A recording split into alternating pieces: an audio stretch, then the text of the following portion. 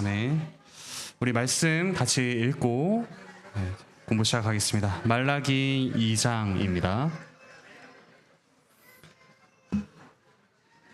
말라기 2장 14절부터 16절입니다.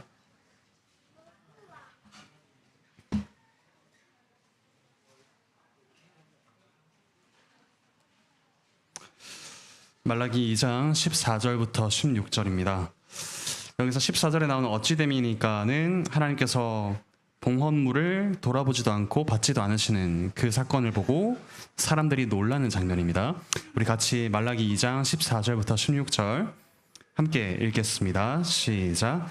너희는 이르기를 어찌됨이니까 하는도다. 이는 너와 네가 어려서 맞이한 아내 사이에 여호와께서 증인이 되시기 때문이라.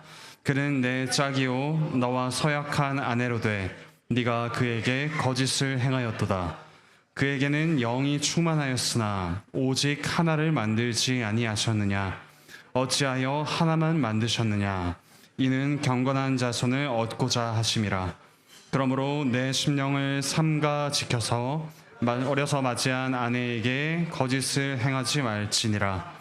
이스라엘의 하나님 여호와가 이르노니 나는 이혼하는 것과 옷으로 학대를 가리는 자를 미워하노라.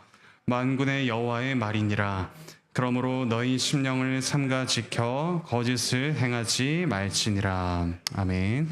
네, 이 말씀은 이따 또 더 살펴보도록 하겠습니다. 오늘 교리 문답은 137에서 39문답 제7계명 간음하지 말라입니다. 주보 6페이지에 있습니다. 137문답 읽겠습니다. 제7계명은 무엇입니까? 제7계명은 간음하지 말라입니다. 자, 간음이라는 말이 나오는데 우리가 폐지된 어떤 간통죄, 그럼 이제 간통죄가 폐지됐으니 우리는 세상에서 지키지 않고 있는 것들을 지키고 있는가, 뭐 여러 가지 생각이 들 수 있는데 성경에서 말하는 간음이란 무엇인가 먼저 좀 짚고 넘어가야겠습니다. 간음이란 괄호 안에 들어갈 말은 혼인입니다. 혼인 밖에서의 성관계, 그리고 여러 가지 성적인 범죄를 모두 아울러서 말하는 것이 바로 제7계명 간음하지 말라라는 명령에 포함된 내용이라고 할 수 있습니다. 혼인 밖에서의 성관계, 그리고 성적인 범죄. 2번을 보시면 우리가 성이라는 것을 어디서 배우는가 한번 생각해 볼 필요가 있습니다. 우리는 성이라는 것을 누구에게서, 또 무엇을 통해서, 어디에서 배우는가라고 생각해 보면 부모님에게서 혹시 성에 대해서 제대로 배워보신 분이 계십니까? 네. 보통은 친구들 사이에서 혹은 미디어를 통해서, 그러니까 우리가 제대로 배우지 않고 곁가지로 많이 배웁니다. 옆으로, 옆구리로. 그러니까 제대로 배워야 하는 곳에서 배우지 않고 미디어를 통해서 우리에게 어떤 인상이 계속해서 더 씌워지고, 이렇게 하는 것이 너희가 가지고 있는 성을 누리고 활용하는 거다라고 배우고 있습니다. 그런데 방과로 2번을 보시면 이 성이라는 것은 그렇게 배우기에는 우리의 정체성, 그리고 우리의 관계를 포함한 뿌리 깊은 인격의 문제이기에 제대로 배워야 합니다. 너무나도 중요한 것이죠. 그러니까 바로 나의 몸의 문제, 바로 나의 마음의 문제를 다루고 있는 것이 바로 7계명 성에 대한 내용입니다. 그래서 밑에 보시면 이 성욕을 비롯한 우리의 필요와 욕망, 그것들을 또한 어디서 해소해야 되는가라는 가르침을 우리가 좀 다시 떠올려 볼 필요가 있는데, 이 모든 것들을 사실은 이 만물을 창조하신 하나님께 배워야죠. 괄호 안에 들어갈 말은 창조입니다. 그러니까 우리 몸의 사용 설명서는 이걸 창조하신 하나님께 있는 거죠. 그래서 좀 간단하게 몇 가지 필요와 욕망, 그리고 이걸 해소하는 방식, 그리고 이거를 영원히 해결하는 방식이 무엇인지 좀 생각해 보겠습니다. 표를 보시면 우리에게는 기본적으로 갈증과 또 식욕이 있습니다. 갈증과 식욕이 있다는 사실 자체가 물이 이 세상에 존재한다, 음식이 존재한다라는 걸 직접적으로 가리키진 않지만 이것을 해소하는 무언가가 있다는 걸 우리가 어렴풋이 알 수 있죠. 그리고 우리는 그것이 음식이고 물이라는 것을 잘 알고 있습니다. 그런데 이런 갈증과 식욕, 무언가로부터 공급받아야 하는 우리의 이런 욕망과 필요는 사실 이 땅에서의 음식과 물을 넘어서 하나님이 영원히 공급해 주시는 영원한 생명을 가리키는 그런 욕망과 필요로 우리가 확대해서 또 볼 수가 있어야겠습니다. 그리고 두 번째로 우리에겐 졸음이 있죠. 지금도 살짝 졸리는 분이 계실지 모르겠지만 졸음이 있습니다. 이건 곧 어떻게 해소해야 되냐면 자야죠. 자야 하고 쉬어야 합니다. 그런데 우리의 몸이 유한하고 또한 무언가 휴식이 필요하다는 건 결국 우리에게 영원한 안식이라는 것을 내다보게 한다. 그런 기능이 있죠. 우리의 필요와 욕망이란 우리가 바라보는 영원한 안식을 또한 암시하고 있다라고 할 수도 있겠습니다. 그리고 오늘의 주제 성욕은 그럼 어떠한가? 성욕이란 우리가 다른 방식으로 해소하는 것이 아니라 우리가 배고프다고 해서 흙을 먹거나 돌을 먹거나 하지 않죠. 음식을 먹듯이 우리에게 주어진 이 성욕이라는 것은 혼인관계에서 누리는 연합을 통해서 해소가 됩니다. 이것이 하나님께서 가르쳐 주신 창조주께서 가르쳐 주신 우리 몸의 사용 설명서이죠. 그리고 이것은 또한 궁극적으로 영원한 사귐을 내다보게 합니다. 우리가 이런 방식으로 필요와 욕망을 보지 않으면 질서 없이 그때그때 우리가 옆구리로 배운 그런 방법을 통해서 우리 욕망을 해소하려 하고 그걸 해소하는 것이 궁극적인 목적인 것처럼 됩니다. 하지만 이런 표처럼 하나님께서 가르쳐 주신 이 욕망과 필요를 해결하는 방식 그리고 그것이 가리키는 영원한 해결 방식을 내다볼 수 있어야겠습니다. 성도 마찬가지입니다. 그래서 성욕 자체는 나쁜 것이 아니죠. 우리의 식욕도 하나님께서 주신 좋은 선물인 음식들을 또 찾게 하는 좋은 효과가 있습니다. 성욕도 우리가 하나님께서 연합하도록 창조하신 우리의 본성을 또 나타내는 좋은 것이라고 할 수 있습니다. 이것을 잘못 이해하고 잘못 사용하는 것이 문제입니다. 자, 138문답 계속해서 이어가 보도록 하겠습니다. 읽겠습니다. 제7계명에서 요구하는 의무는 무엇입니까? 제7계명에서 요구하는 의무는 몸, 생각, 감정, 말, 행동에 있어서의 순결함이며 우리 자신과 다른 사람들의 순결을 보존하는 것입니다. 눈을 비롯하여 모든 감각들을 조심하고 절제하며 순결한 교제를 유지하고 복장을 단정하게 하는 것입니다. 금욕의 은사가 없는 이들은 결혼하고 부부는 사랑으로 동거하며 우리의 소명을 부지런히 수행하고 부정의 모든 경우를 피하며 그 유혹들을 저항하는 것입니다. 몇 가지로 좀 나눠보겠습니다. 첫 번째 우리에게 요구하는 의무는 순결함입니다. 순결함. 어떤 순결함이냐면 거란에 들어갈 말은 전인격입니다. 단순히 법적인 순결함을 넘어서서 전인격적인 순결함이 우리에게 요구됩니다. 우리의 몸, 생각, 감정, 말, 행동 전체적인 순결함을 요구하죠. 그리고 이 순결함을 어떻게 해야 되냐면 방과로 이번에 보존하는 것입니다. 거란에 들어갈 말 보존하는 것입니다. 우리에게 이미 주어주신 순결함을 보존하는 것인데 우리 자신뿐만이 아니라 다른 사람들의 순결을 보존하는 것이 포함됩니다. 이 부분이 아주 중요하다고 할 수 있습니다. 우리 자신의 순결함을 보존하는 것은 우리가 기독교인으로서 그리스도인으로서 좀 흔히 마음에 좀 가지고 있는 생각입니다. 그런데 다른 사람들의 순결을 보존하기 위해서 우리가 무엇을 해야 될까? 크게 생각하지 않은 경우가 종종 있는 것 같습니다. 그래서 이 말씀 역시 이 계명 역시 내 이웃을 내 자신같이 사랑하라라는 원리를 적용해야 되는 계명이죠. 자, 이를 위해서 첫 번째로 소극적인 노력을 우리가 좀 살펴볼 수 있습니다. 하지 않는 것이 아니라 좀 덜 하는 것이죠. 덜 하는 것을 좀 생각해 볼 수 있는데 첫 번째로 조심하는 것입니다. 조심. 우리의 모든 감각들을 조심하는 건데 특별히 뭘 조심해라고 하죠? 눈을 조심해라고 합니다. 눈을 비롯하여 모든 감각들을 조심하라. 눈에 보이는 것들. 그래서 이 감각들, 우리가 가진 눈과 귀와 냄새 맡는 것과 촉각과 모든 것들이 지옥을 탐하는 감각이 되지 않도록 그 감각에 물들지 않도록 조심하라 라고 하고 있습니다. 그러니까 나는 나를 지킬 수 있어. 그러니까 이거 봐도 괜찮아. 나는 이걸 들어도 나는 나를 지킬 수 있어. 이렇게 자만하지 말라는 겁니다. 우리 감각을 지키라 라고 하고 있습니다. 심지어 다윗도 그 하나님의 마음에 합한 다윗도 눈을 조심하지 않았죠. 결코 자만할 수 없습니다. 그래서 예수님께서 이렇게 말씀하셨습니다. 밑에 마태복음 5장 같이 읽겠습니다. 시작. 나는 너희에게 이르노니 음욕을 품고 여자를 보는 자마다 마음에 이미 간음하였느니라. 만일 내 오른 눈이 너로 실족하게 하거든 빼어내버리라. 내 백체 중 하나가 없어지고 온몸이 지옥에 던져지지 않는 것이 유익하며, 우리 눈으로 간음한다면 그것은 사실 지옥의 감각을 익히고 있는 것이다 라고 볼 수가 있겠죠. 우리 감각을 어디에 노출시키고 있는가 잘 돌아보아야겠습니다. 이렇게 조심하는 것이 첫 번째고, 두 번째 우리의 소극적인 노력은 절제하는 것입니다. 할 수 있어도 안 하는 것이죠. 덜 하는 것, 안 하는 것입니다.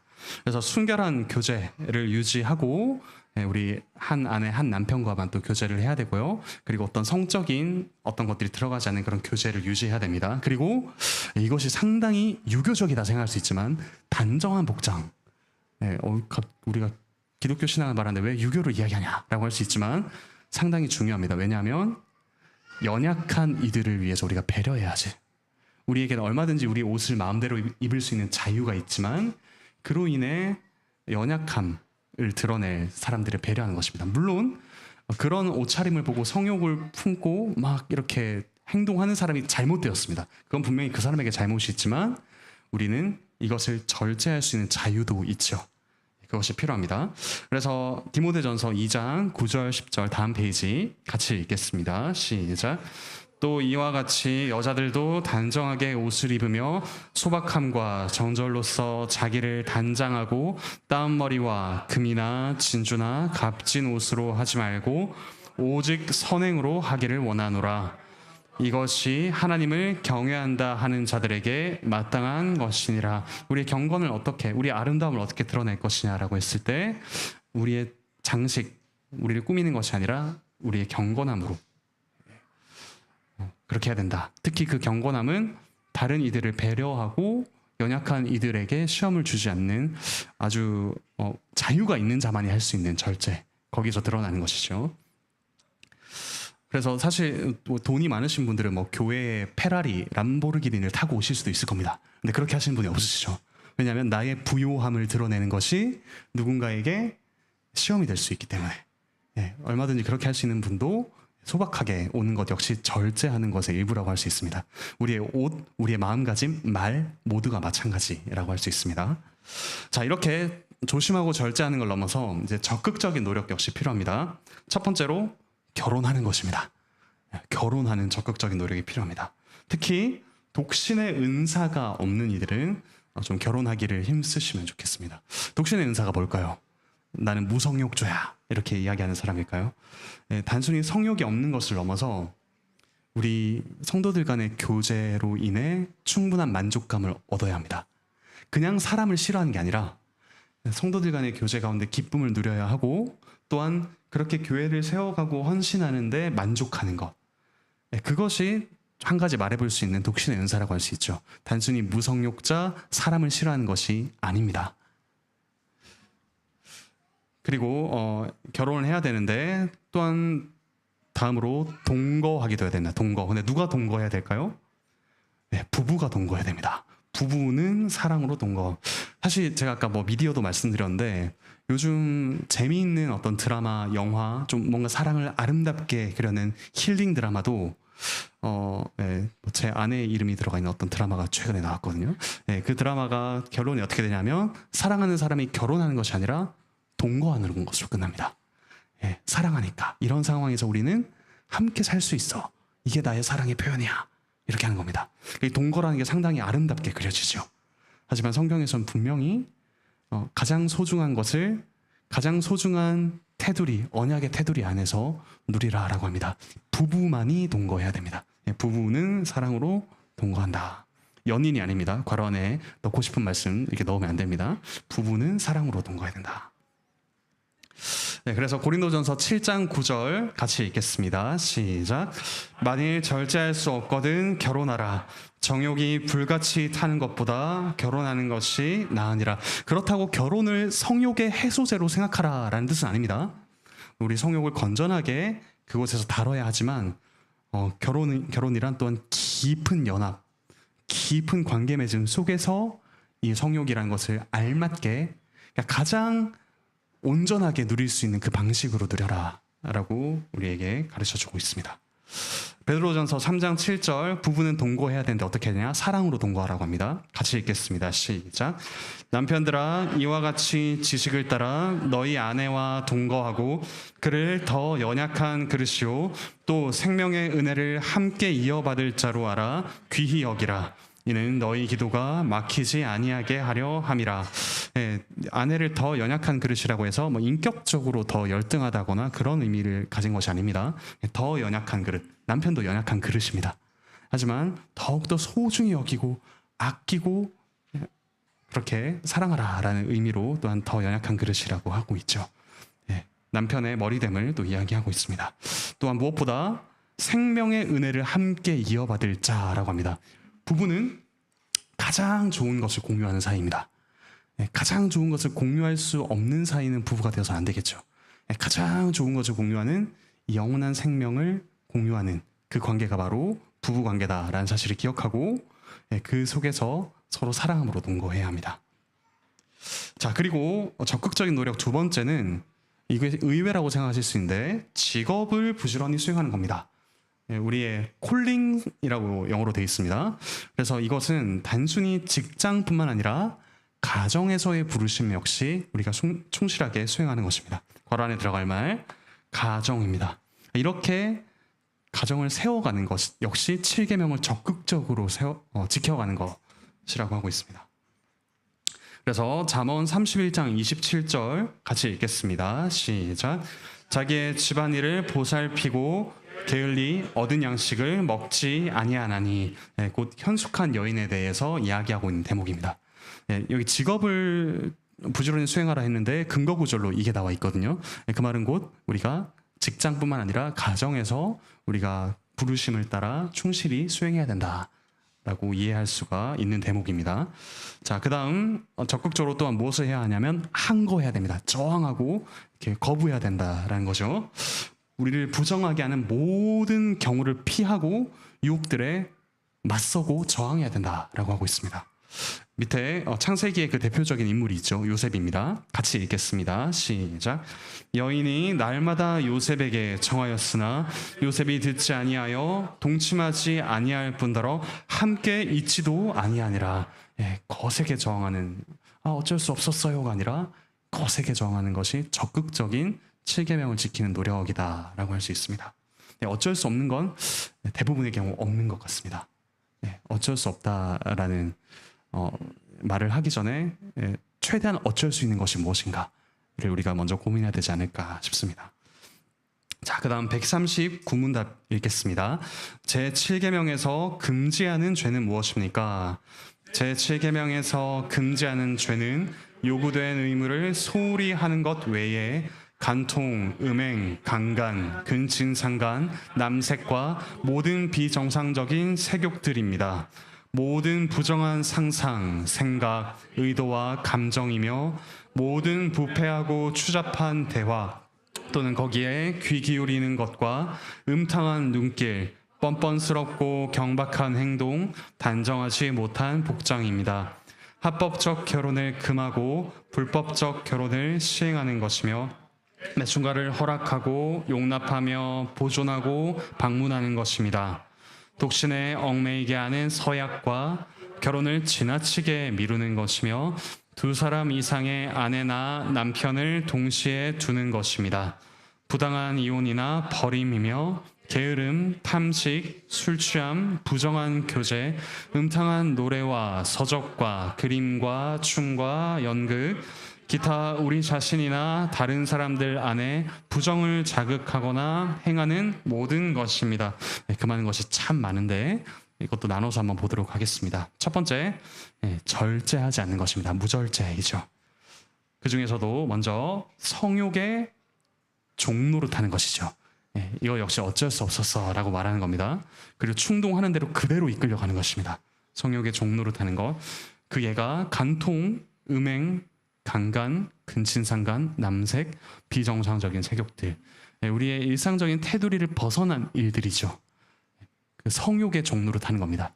우리의 이성, 우리의 어떤 의지가 아니라 성욕의 종로를 타해서 일어나는 일들입니다. 그래서 사무엘하 13장 14절 제가 읽겠습니다. 암논 다윗의 아들입니다. 그리고 압살롬의 형이죠. 암논이 그 말을 듣지 아니하고 다말보다 힘이 셈으로 억지로 그와 동침하니라. 7계명을 이렇게 어길 때 힘의 차이, 힘의 방향이 작용을 하는 것을 볼 수 있습니다. 여기는 강간과 근친상간 모두가 포함되는 죄를 구약에서도 이렇게 발견할 수가 있죠. 그리고 두 번째 사무엘하 12장 9절, 이것은 이제 나단 선지자가 다윗에게 한 말입니다. 같이 읽겠습니다. 시작. 그러한데 어찌하여 네가 여호와의 말씀을 업신여기고 나 보기에 악을 행하였느냐? 네가 칼로 햇사람 우리아를 치되 암몬 자손의 칼로 죽이고 그의 아내를 빼앗아 내 아내로 삼았도다. 우리아의 아내 밧세바를 이렇게 자기 아내로 취한 내용이죠. 자, 이 말씀은 대표적으로 7계명을 어긴 말씀으로 우리가 많이 알고 있습니다. 그런데 이 7계명을 어기기 위해 지금 다윗이 또 다른 계명들을 어기고 있는 걸 볼 수가 있죠. 그러니까 7계명은 단순히 7계명 하나만으로 작용하는 경우는 잘 없습니다. 그러니까 암논의 경우도 이 자신의 힘을 사용하여 상대방의 인격을 누르는 6계명을 어기는 일을 벌인 것이죠. 그리고 자기가 더 높은, 어쩌면 이제 다윗의 아들이라는 그런 권위를 가지고 행한 5계명, 6계명, 7계명 모두 어긴 것이라고 할 수 있습니다. 다윗의 경우는 더 심각합니다. 제일 첫 번째 줄에 여호와의 말씀을 업신여기고 하나님의 이름을 망령되게 부르는 것이죠. 3계명을 어긴 것입니다. 그리고 하나님 외에 다른 신을 두지 말라고 했는데 하나님 외에 자신의 성욕을 두었고 자신의 욕망을 두었고 심지어 암몬 자손을 통해서 이 우리아를, 자기 부하를 죽이기에 이르렀습니다. 1계명도 어겼습니다. 그리고 하나님 주신 왕이라는 지위를 활용해서 7계명을 어겼죠. 5계명을 어겼습니다. 햇사람 우리아를 죽였죠. 6계명을 어겼습니다. 그리고 도둑질했죠. 8계명을 어겼습니다.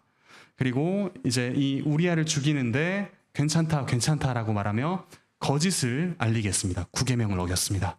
이웃의 아내를 탐했습니다. 10계명을 어겼습니다. 이처럼 우리가 7계명 하나만 어긴다고 생각하지만 그 7계명 어길 때, 7계명뿐만이 아닙니다. 다른 어떤 한 계명을 어길 때 우리는 무수히 많은 계명들을 함께 어기는 것을 볼 수 있습니다. 특별히 하나님께서 세우신 그 자리에서 그 권력을 활용하여 이 범죄하는 것은 하나님이 더욱더 분노하시는 그런 죄라고 할 수가 있겠죠. 자, 이렇게 이런 것들뿐만 아니라 다음 예는 로마서에 나오는 말씀은 남색 곧 동성애를 이야기합니다. 동성애에 대해서도 성경에서 분명하게 이렇게 이야기하고 있습니다. 같이 읽겠습니다. 시작. 이 때문에 하나님께서 그들을 부끄러운 욕심에 내버려 두셨으니 곧 그들의 여자들도 순리대로 쓸 것을 바꾸어 영리로 쓰며 그와 같이 남자들도 순리대로 여자 쓰기를 버리고 서로 향하여 음욕이 부릴 듯하며 남자가 남자와 더불어 부끄러운 일을 행하여 그들의 그릇됨에 상당한 보응을 그들 자신이 받았느니라. 하나님께서 이처럼 하나님의 창조 질서를 뒤바꾸는 일에 대해서 분명히 죄라고 이야기하고 있고 이건 곧 7계명을 어기는 것입니다. 그리고 이렇게 말씀하신 하나님의 말씀을 어기는 거기에 사실 앞에 나오는 모든 계명도 어기는 것이라고 할 수가 있겠죠. 자, 이처럼 성욕의 종노릇해서 이성이나 어떤 의지나 이 모든 것들을 넘어서 버리는 그런 죄뿐만 아니라 절제하지 못하는 두 번째 내용은 내적인 간음입니다. 간음은 간음인데 내적으로 저지르는 간음이죠. 괄호 안에 들어갈 말 내적입니다. 내적인 간음. 속으로 부정한 상상을 하고 부정한 생각, 부정한 의도를 가지며 부정한 감정을 계속 품고 있는 것입니다. 순간적으로 일어나는 감정은 어쩔 수 없어요. 그걸 어쩔 수 없이 계속 내버려둬서는 안 되죠. 계속해서 다스리는 것이 필요합니다. 그래서 골로새서 3장 5절부터 6절인데 첫째 줄 제가 좀 오타를 냈는데 죄송합니다. 부정과 오른쪽 끝에 보시면 부정과 사욕입니다. 사욕과 악한 종욕 고쳐주시기 바랍니다. 사욕과 악한 종욕. 골로새서 3장 같이 읽겠습니다. 시작. 그러므로 땅에 있는 지체를 죽이라. 곧 음란과 부정과 사욕과 악한 정욕과 탐심이니 탐심은 우상 숭배니라. 이것들로 말미암아 하나님의 진노가 임하느니라. 예, 이 내적인 간음조차 하나님의 진노의 대상이다라고 분명히 하나님 말씀하고 계시죠. 예, 그리고 세 번째, 우리가 가진 감각들에 대해서 부주의하게 대하는 것입니다. 감각들에 대한 부주의가 세 번째 무절제에 해당하는데, 특별히 우리가 좀 노출되기 쉬운 것이 뭐냐면 부패하고 추잡한 대화입니다. 그 안에 들어갈 말 대화. 우리 친구들 사이에 있다 보면, 또 직장에서 회식 자리나 뭐 이런 데 있다 보면 이런 부패하고 추잡한 대화가 일어나고 그 자리에서 불편한 기색을 내보이는 게 사실 너무 좀 꽉 막혀 있는 사람처럼 여겨지고 너만 잘났냐 이런 취급을 받기가 쉬워지는 것 같습니다. 하지만 분명하게 여기에 대해서 우리 감각들을 조심하라고 합니다. 그리고 거기에 귀 기울이는 것은 더더욱 조심해야 되겠죠. 에베소서 5장 3, 4절 같이 읽겠습니다. 시작. 음행과 온갖 더러운 것과 탐욕은 너희 중에서 그 이름조차도 부르지 말라. 이는 성도에게 마땅한 바니라. 누추함과 어리석은 말이나 희롱의 말이 마땅치 아니하니 오히려 감사하는 말을 하라. 그걸 피하라고 하죠. 그러니까 우린 비워내야 됩니다. 그런데 우리의 성화의 비결은 단순히 비워내는 게 끝이 아닙니다. 이건 불교죠. 비워내는 게 다가 아니라 채워야 됩니다. 특히 에베소서 마지막을 보시면 감사하는 말을 하라라고 합니다. 그냥 그 자리를 피하는 걸 넘어서서 감사하는 말로 채우는 겁니다. 하나님으로 인한 만족, 그 기쁨으로 감사하는 말로 좀 채워보는 겁니다. 물론 너무 어렵겠지만 이것이 7계명을 우리가 지켜갈 수 있는 아주 중요한 방식이겠습니다. 그리고 네 번째는 경솔함입니다. 경솔하게 우리가 음탕한 눈길, 쉽게 습관적으로 행할 수 있는 일이죠. 음탕한 눈길을 보낸다거나 뻔뻔스럽고 경박한 행동을 한다거나 이런 다른 이들을 배려하지 못하는 단정한 옷차림을 하지 않는다거나 이런 경솔함을 우리가 피해야 된다라고 하고 있습니다. 자, 이렇게 절제하지 않는 것을 우리는 피해야 되고, 두 번째, 혼인을 파괴하는 모든 것들 역시 우리가 하지 말아야 될 것이라고 합니다. 첫 번째, 이 혼인 질서를 뒤집어 엎는 것, 혼인 질서를 전복하는 것입니다.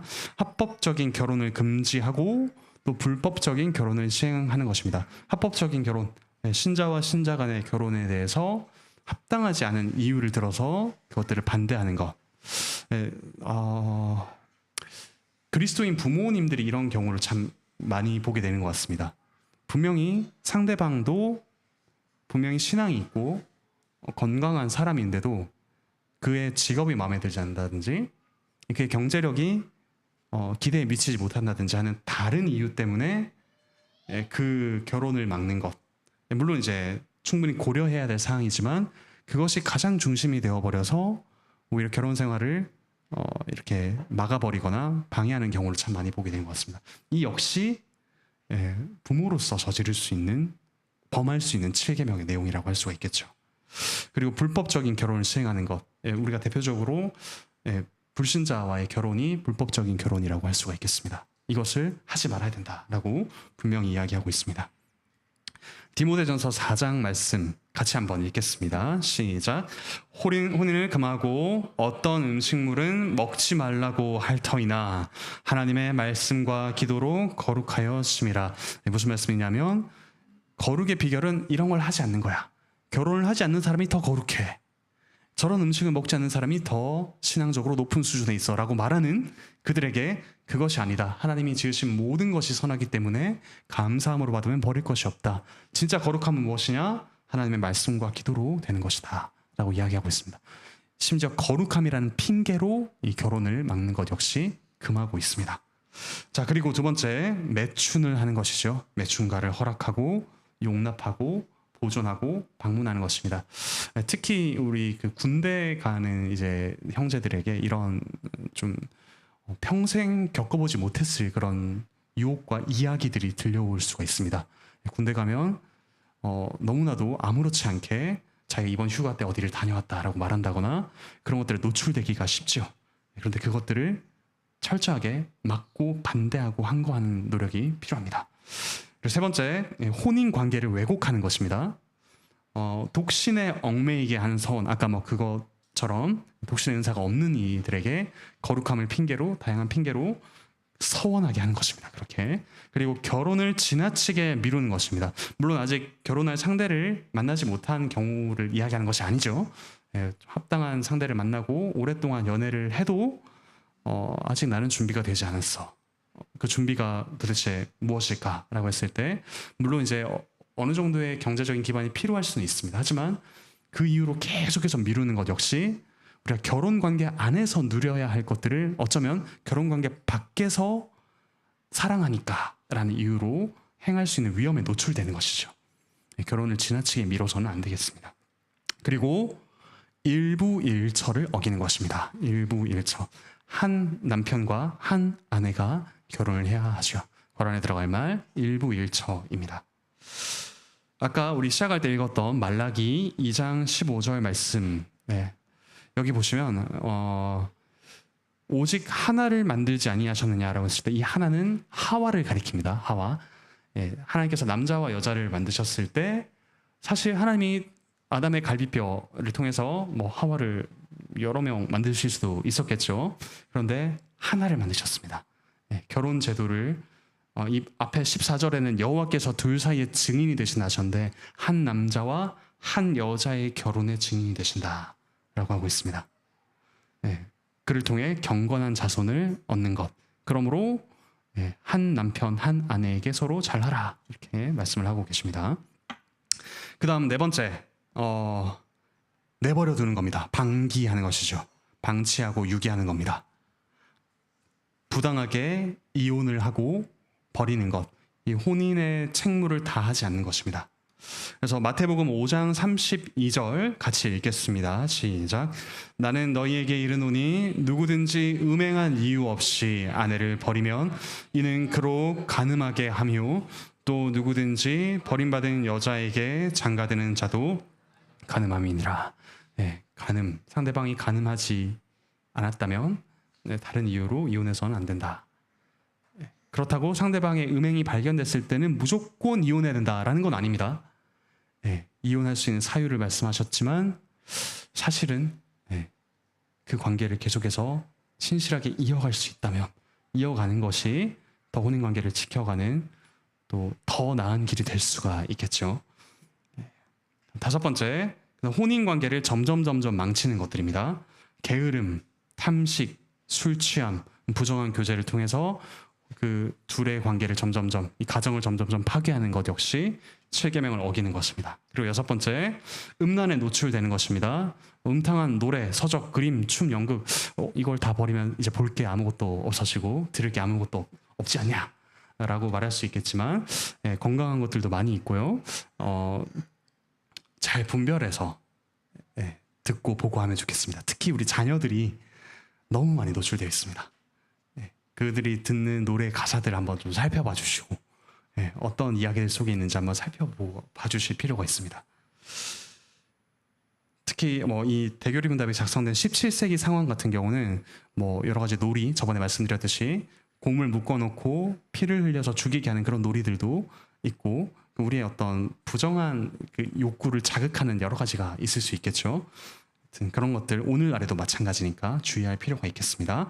그 다음에 일곱 번째, 부정을 자극하거나 행하는 것. 우리 자신, 다른 사람들 안에 어떠한 부정을 자극할 수 있는 것이라면 그것을 피해야 되고 절제해야 될 필요가 있다라고 할 수 있습니다.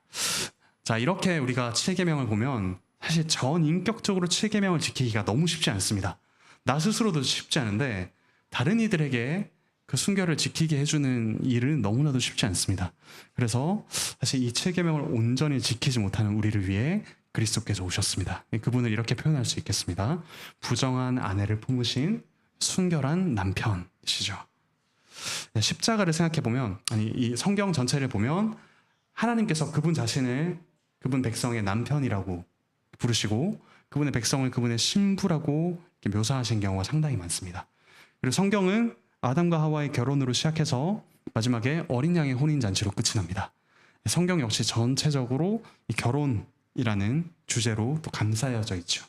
하나님과 우리의 연합을 나타내는 것이 또한 이 땅에서의 결혼이라고 할 수 있습니다. 그런 점에서 우리는 주님께 너무나도 부정한 아내라고 할 수 있습니다. 특히 십자가가 어떤 자리였습니까?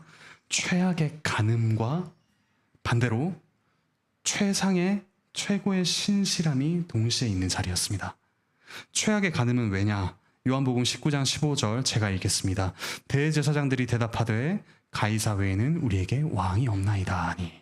하나님만을 왕으로 섬겨야 할 이스라엘, 그것도 대제사장들이 하나님 외에 예수님을 죽이기 위해서 가이사 외에는 왕이 없습니다 라고 직접적으로 간음을 행한 현장이었죠.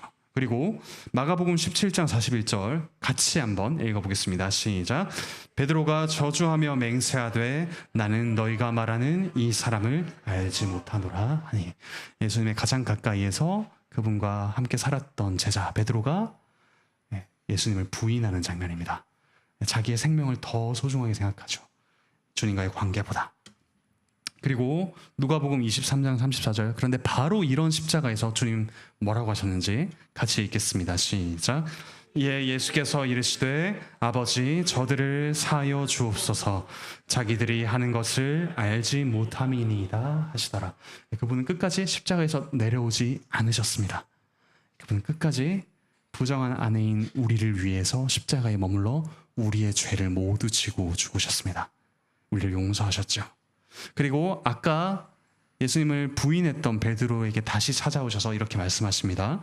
우리 요한복음 21장 15절 같이 읽겠습니다. 시작.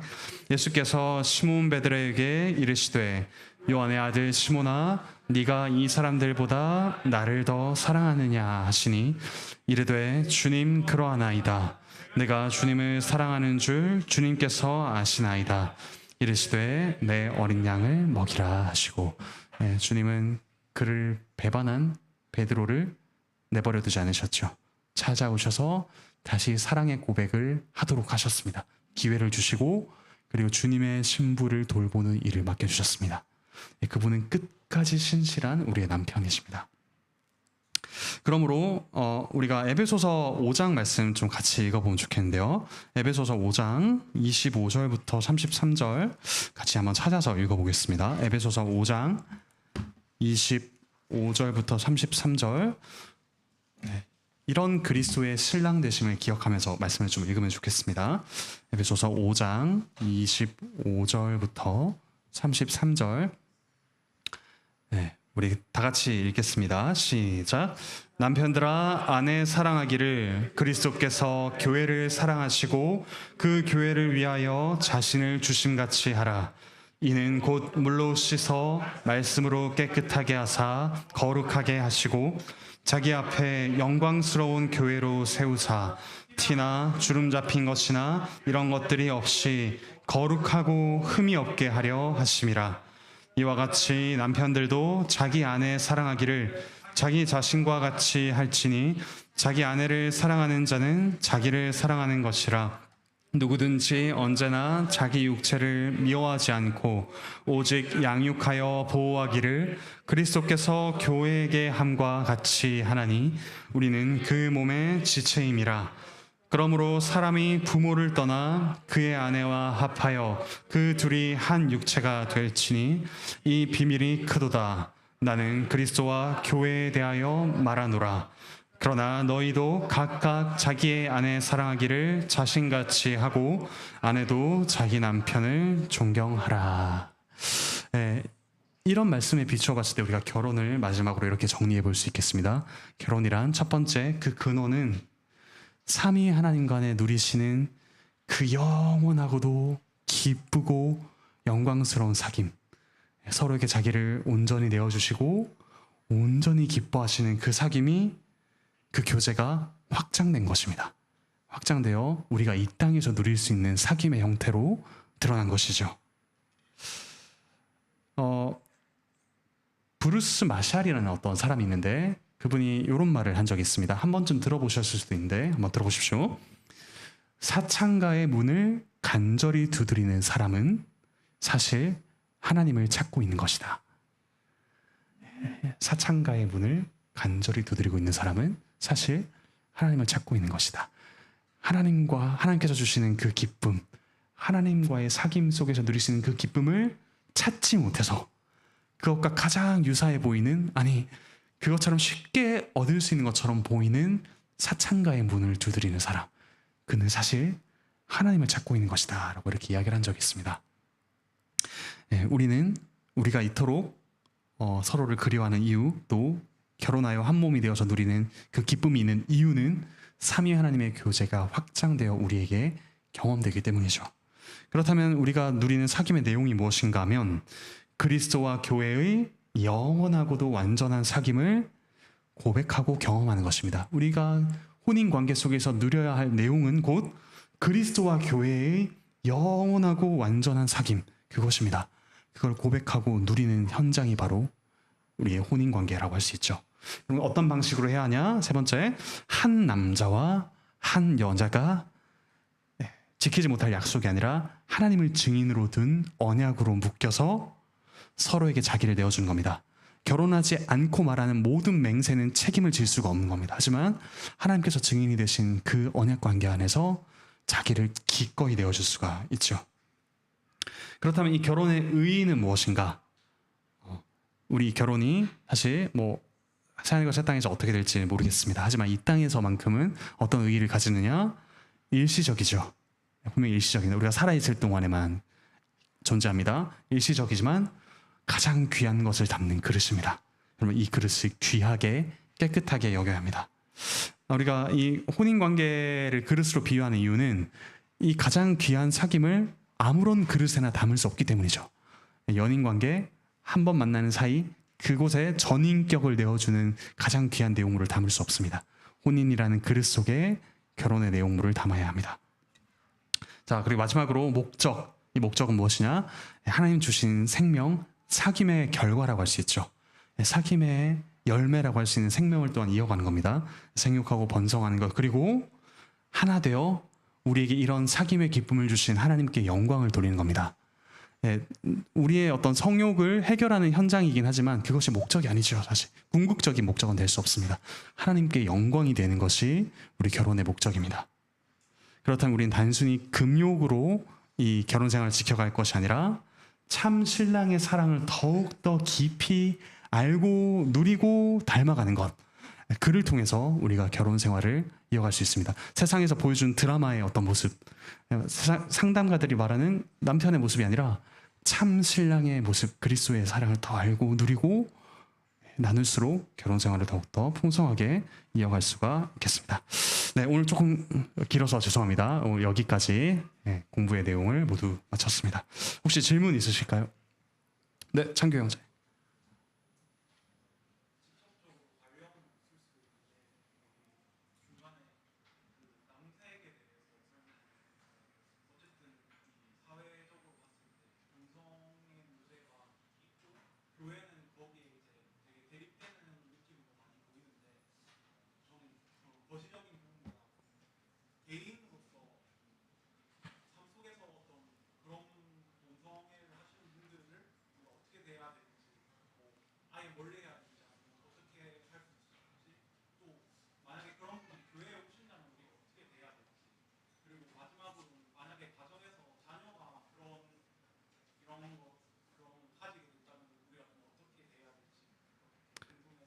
네, 실제적인 질문을 좀 해주셨는데 사실 우리가 이 동성애는 좀 특별한 죄로 보이죠. 그리고 하나님께서 로마서에서 말씀하셨듯이 그 창조하신 질서를 뒤집어 엎는 가장 첫 번째 예로 나옵니다. 그만큼 심각한 죄이기도 합니다. 그런데 문제는 우리가 일상적으로 다른 죄들을 다뤄본 경험이 있는가? 그러니까 우리가 일상에서 발견한 나의 죄, 서로의 죄를 어떻게 다뤄왔는가? 를 좀 생각해 볼 필요가 있을 것 같습니다. 그러니까 우리가 서로의 죄를 건강하게 온전하게 다뤄본다면 사실 이런 동성애라는 우리가 말한 죄에 빠진 사람을 사랑하면서도 그에게 죄를 죄라 말할 수 있는 근육이 길러질 것 같습니다. 우리가 평소에 다른 죄들을 전혀 다루지 않고 전혀 죄인들을 품지 않고 죄에 대해 죄라 말하지 않는다면 그 사람만 아주 특별하게 여기면서 교회에 못 들어올 사람으로 취급할 가능성이 상당히 높습니다. 그런 점에서 일상적으로 우리가 우리 서로의 죄를 잘 다루는 치리와 권징, 그리고 서로 죄에서 벗어날 수 있는 권면과 사랑을 계속해서 훈련해 가야 되지 않나라는 생각이 들고, 또한 그렇게 사랑하다 보면 우리가 그분을 받아들일 수 있는 공동체가 형성이 될 것 같습니다. 그 속에서 죄를 죄라 말할 수 있되, 하지만 그 죄 때문에 내가 당신을 미워하지 않습니다 라고 말할 수 있는, 진정으로 말할 수 있는, 복음을 복음이라 말하고 죄를 죄라 말할 수 있는, 하나님의 말씀을 말씀이라 말할 수 있는 그 토대가 우리에게 좀 마련되어야 되지 않나, 그런 생각이 들고, 그리고 지난 중고등부 그 수련회 때 제가 이 동성애 특강을 좀 했었는데, 사랑에 이름을 붙일 수 있으면 좋을 것 같습니다. 그러니까 우리가 말하는 사랑에는 다양한 종류가 있을 것 같습니다. 하나는 애정이 있을 수 있고요, 강아지나 뭐 이런 데 느끼는 애정이 있을 수 있고, 두 번째는 우정이 있을 수 있습니다. 이게 진짜 좋은 것을 함께 나누는 사이, 우정이죠. 부부관계도 우정이 상당히 바탕이 되는데, 그리고 세 번째로는 이성 간에 느끼는 에로스, 나는 에로스의 사랑이 있을 수 있습니다. 그리고 네 번째는 하나님께서 베푸시는 자비, 긍휼, 이런 내용이 있을 수 있습니다. 그런데 아직 그 사랑의 이름을 붙이지 못하는 아이들이, 이거 사실은 우정인데 이것을 자꾸 에로스라고 말하니까 에로스로 인식하게 되는 경우도 참 많은 것 같습니다. 그리고 그 성향을 어떻게 다룰 수 있는가를 어릴 때부터 사랑의 이름을 붙이는 훈련을 하지 않으면 사랑이란 이름으로 같이 묶여버려가지고, 이게 진짜 사랑이지. 그런데 그 사랑은 에로스의 사랑으로 생각하기 쉽습니다. 그 점에서 사랑의 이름을 붙여주는 것, 그리고 우정의 아름다움을 이야기해주는 것이 좀 상당히 필요하지 않을까, 좀 그런 생각을 좀 해봅니다. 네, 한준 형제님.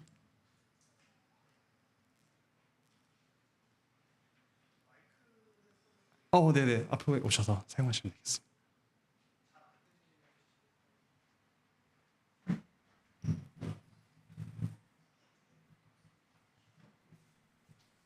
네, 저도 지금 관악교 10년 다니면서 사실 질문이 처음인데요. 네, 그 창규 선생님께서 동성애 말씀하셔서 저도 관심이 많은 부분이라서 좀 질문드리고 싶었습니다. 그러니까 오늘 방금 질문을 얘기를 들어보면 사실 동성애에 조금 이렇게 특정돼서 좀 말씀을 질문을 한 걸로 들리는데, 제가 생각했을 때는 7계명이 동성애만 얘기하는 건 아닌 것 같고, 이성 간의 뭔가 그러니까 혼인의 부부관계 질서를 흐트리는 것도 포함을 해서 결국엔 죄가 같은 것이라고 좀 판단이 돼서, 조금 신학적으로나 역사적인 배경을 좀 같이 좀 여쭤보면서 제 관점이 맞는지를 좀 여쭤보고 싶은데요.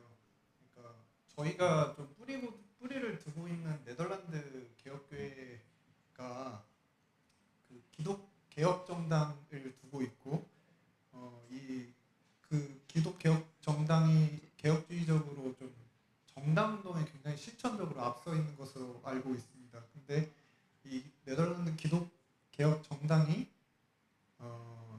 2000년대 초반에 네덜란드에서 시행했던 공창제, 즉 매춘 합법화에 대해서는 분명한 반대 입장을 보였음에도 불구하고, 그 네덜란드 헌법에서 지정하는 동성애에 관한 그 소수 인권 보호에 대해서는 굉장히 그 수용적인 입장을 보였던 역사가 있습니다. 근데 이러한 태도가 결국에는 오늘날의 네덜란드 교회의 가슴 아픈 일이지만, 그 여성 그 장로 안수나 뭐 동성애 축복 기도와 같은 이슈로 이어지는 것으로 저는 이해를 하고 있습니다.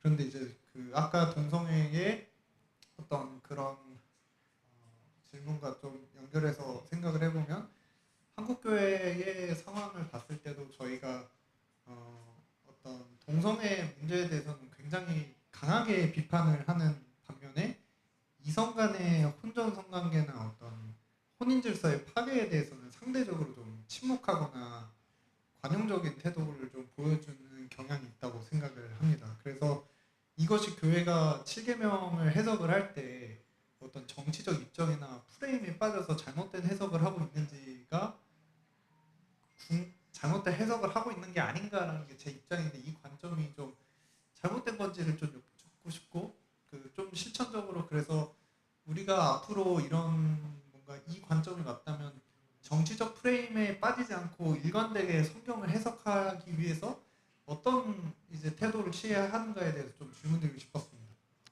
네, 감사합니다. 좀 간단하게 이야기하자면 우리 7계명을 이야기할 때 특별히 한국 교회는 7계명 내용 중에서 동성애라는 것에 아주 좀 집중해서 특히 좀 겉으로 봤을 때는 어떤 정치적인 움직임이나 어떤 이야기들이 많이 반영돼서 거기에 너무 힘을 주어 말하고 있지 않느냐. 예, 근데 그걸 우리가 좀 어떻게 정치적인 프레임을 넘어서서 7계명을 볼 수 있고 이 문제를 어떻게 다뤄갈 수 있는가. 이런 질문이 맞으셨죠? 네. 사실 좀 다양한 말이 있는 것 같습니다. 왜 한국 교회가 이렇게 동성애에 대해서 말을 많이 하는가? 사실 우리는 죄에 대해서 죄라고 말을 해야 되죠.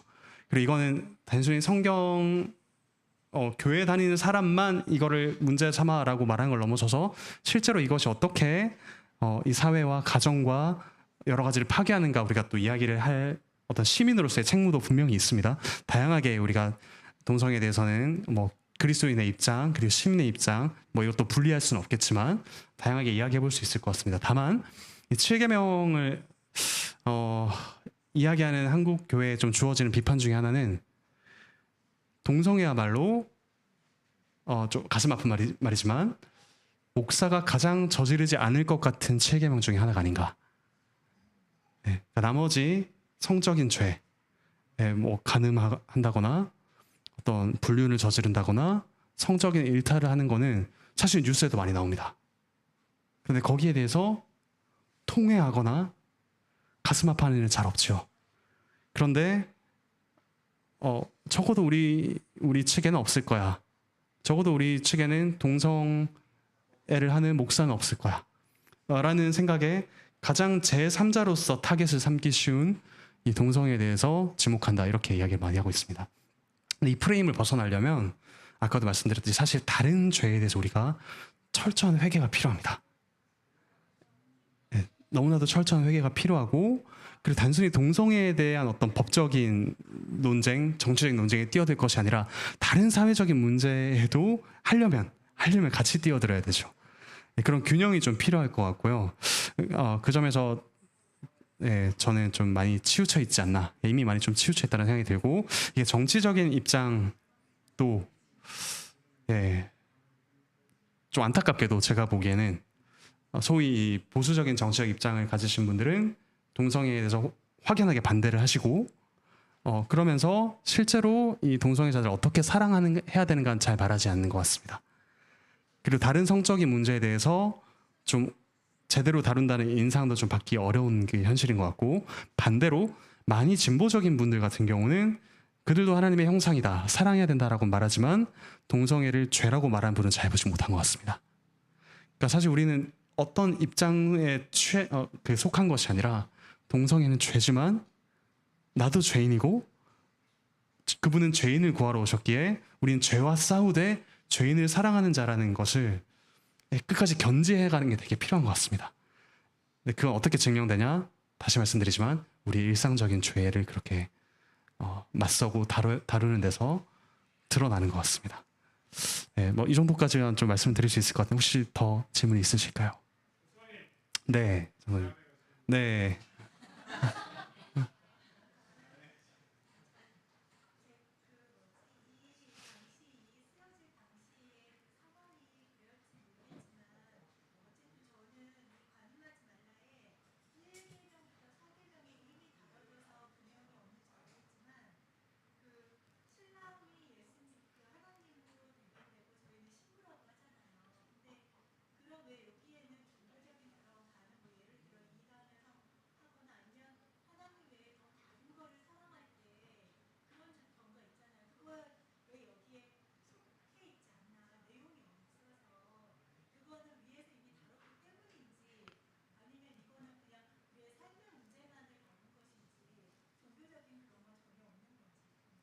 네, 그 흔히 뭐 5계명부터 이제 이웃 사랑의 영역이다 이렇게 많이 이야기를 하죠. 1계명부터 4계명은 하나님 사랑이고 뒤에는 이웃 사랑이다. 그 겉으로 봤을 때는 확실히 그렇습니다. 겉으로 봤을 때는 1계명부터 4계명은 하나님에 대한 직접적인 우리의 의무를 다루고 있고 5계명부터 10계명까지는 이웃에 대한 직접적인 의무를 다루는 것으로 보입니다. 이 점에서 우리가 좀 명시적으로 봤을 때는 이게 이웃 사랑에 속한 영역이기 때문에 일단 구체적으로 7계명, 그러니까 성에 관해서 이야기를 좀 하는 거라고 할 수 있고요. 다만 이게 여기까지만 하나님의 사랑이고 여기까지만 이웃 사랑이다 딱 나눌 수는 없습니다. 이게 사실은 다 이어져 있는데 하나님을 하나님으로 인정하지 않으면 다른 계명들을 어기게 되어 있습니다. 그리고 다른 계명들을 어기는 그 뿌리에 보면 하나님이 우리의 유일한 하나님이 아닌 경우가 많습니다. 나의 욕망, 다른 어떤 생각들, 그런 점에서 우리가 조금 겉으로 보는 명시적인 입장에서는 이게 그걸 포함하지 않지만 더 깊은 의미에서는 좀 하나님을 사랑하는, 하나님을 경외하는 것들이 깔려 있다. 모든 계명에.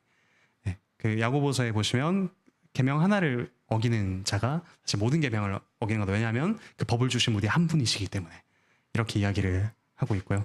그 점에서 우리가 1차적으로는 이웃 사랑의 관점에서 먼저 보고, 그리고 사실 우리가 그 이면에 하나님을 정말 하나님으로 경외하고 있는가를 생각할 필요가 있을 것 같습니다.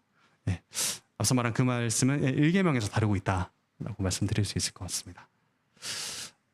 네, 김성민 선생님. 김성민 선생님. 네. 네.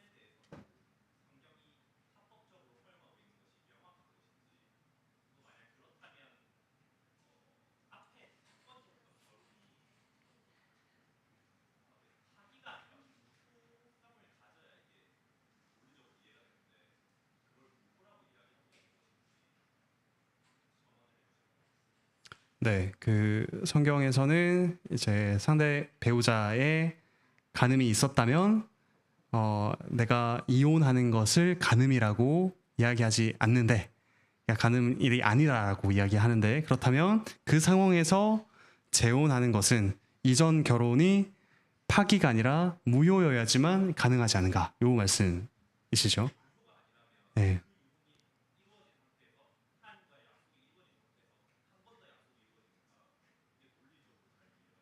음.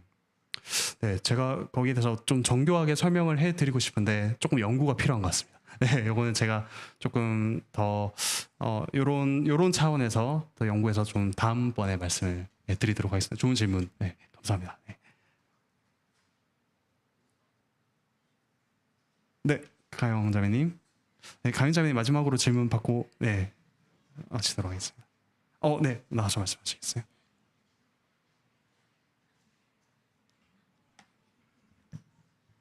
저 원래 궁금한 게 없다가 김금순 선생님 질문 듣고 궁금한 게 생겼는데 답변 들으면서, 사실 저희가 간음하지 말라라는 계명에 있어서는 우리의 절제에 좀 초점을 많이 두고 생각을 하잖아요. 근데 이제 목사님께서 이웃사랑의 관점에서 이렇게 이 계명들이 묶여져 있다라고 했을 때 제 머릿속으로는 그러면 이웃사랑의 관점에서 이 계명을 어떻게 해석해야 되지? 이웃의 생명을 보호해야 하는 관점일까? 이 정도밖에 안 가가지고 궁금해서 질문드렸습니다. 네, 그 7계명을 단순히 뭐 하지 않는, 우리가 뭐 절제하는 차원이 아니라 이웃을 정말 사랑하는 방식으로 어떻게 좀 이렇게 할 수 있을까? 네, 뭐 기본적으로는 아까 내용 중에도 나왔듯이 상대방에게 시험 들게 하는 것들을 일단 최대한 좀 없애주는 것, 나서서 없애주는 것도 하나의 방식일 수 있겠죠. 예를 들어 우리 아이들 같은 경우는 이제 그런 미디어를 좀 분별해서 이제 알려주는 걸 수도 있을 것 같고, 그리고 한 가지 더는 가정 생활을 도와주는 것도 하나의 방법인 것 같습니다. 그러니까 어려움을 겪고 있는 부부라거나 그들이 좀 더 온건한 가정 생활을 할 수 있게 도와주는 것, 역시 7계명을 잘 지켜갈 수 있게 하는 방법일 수 있을 것 같고, 네. 그리고 뭐 사실 우리 이웃이 처해 있는 좀 7계명을 범하는 상황에서, 범하고 있는 상황, 예를 들어 음란물에 중독되어 있다라거나 아니면 동성애 문제에 대해서 좀 고민하고 있다거나 예, 그런 분들에게 사실 찾아가서 도와줄 수 있는 것 조금 적극적으로 나의 죄와 싸우는 걸 넘어 우리 이웃의 죄, 형제 자매가 싸우고 있는 죄에 함께 동참해서 싸우는 것 예, 그것이 또한 한 가지 방식이지 않을까. 7계명과도 연관되지만 6계명과 조금 더 연관되는 걸 좀 말씀드리자면 예, 그 사람의 어떤 좀 생기를 돋워주는 것이라고 할 수 있겠죠. 인격을 존중하고 참으로 사랑받는 자라는 사실을 또 확인시켜주는 것 역시 6계명과 7계명 모두에 해당하는 좀 이웃 사랑의 적극적인 방식이 아닐까. 네, 좀 그렇게 생각해 볼 수 있을 것 같습니다. 네. 네. 좀 시간이 많이 길어져서